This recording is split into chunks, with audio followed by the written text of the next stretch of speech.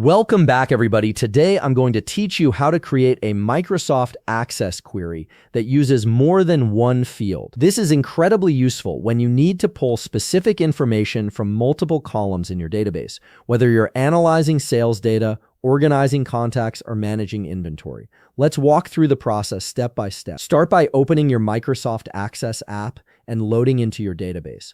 Once the software has loaded along with your data, you're ready to begin creating your multi-field query. This initial step is important because Access needs to have your database open to access the tables and fields you'll be querying. Now, to create a Microsoft Access query that uses more than one field, click on the Create tab at the top part of your screen. This is where all your query and table creation tools are located. It's the central hub for building new database objects.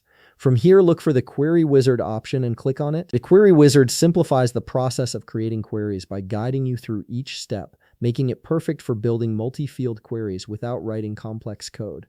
A small Query Wizard window will appear on your screen. From the New Query selection, click on Simple Query Wizard, then click on OK.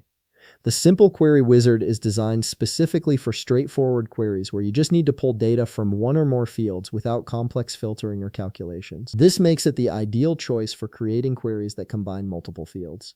From here, to use more than one field in a query, simply select multiple fields from the Available Fields list and add them to the Selected Fields window. You'll see two columns, one showing available fields from your tables and another showing the fields you've selected for your query. Click on each field you want to include, then use the arrow button to move it over to the Selected Fields side. You can add as many fields as you need for your specific query. Once you've added all the fields you want to include, click on Finish. And that's it. You've successfully created a Microsoft Access query using multiple fields. Your query will now display data from all the fields you selected, giving you a comprehensive view of your database information.